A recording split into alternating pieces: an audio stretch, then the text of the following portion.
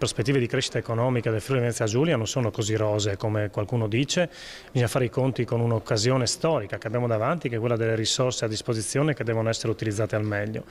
Abbiamo dei rischi giganteschi per la nostra economia, in primis il fatto di non avere persone che lavorano nelle nostre aziende. Le stime parlano di decine di migliaia di lavoratori in meno nei prossimi anni.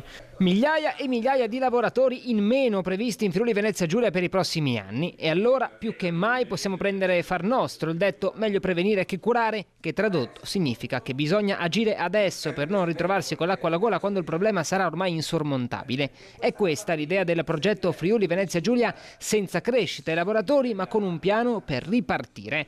Un report presentato in regione dall'economista Fulvio Mattioni con il supporto del PD, Patto per Autonomia e Civica FVG. L'analisi di fatto ci dice che noi siamo in ritardo di crescita, siamo 18esimi e comunque verso la coda della crescita regionale italiana. Esprimiamo un fabbisogno, o meglio le imprese esprimono un fabbisogno di lavoratori pari a oltre 82.400 persone in 5 anni.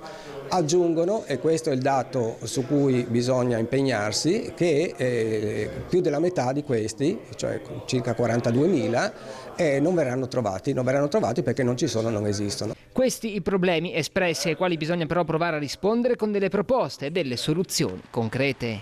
Noi facciamo due proposte in sostanza. Una spending review, cioè del dire andiamo a vedere nel bilancio ricco regionale quali sono le risorse che è meglio ridurre e quelle invece che è meglio moltiplicare per cercare di finanziare un piano, tra l'altro, che va a recuperare questo buco, che va a colmare questo buco. Si può fare in tanti modi, si possono riprendere i nostri giovani espatriati che non hanno invece intenzione di tornare perché non trovano una collocazione adeguata, i nostri senior che vanno in pensione, ma magari una parte di questi, se opportunamente incentivata, può rimanere.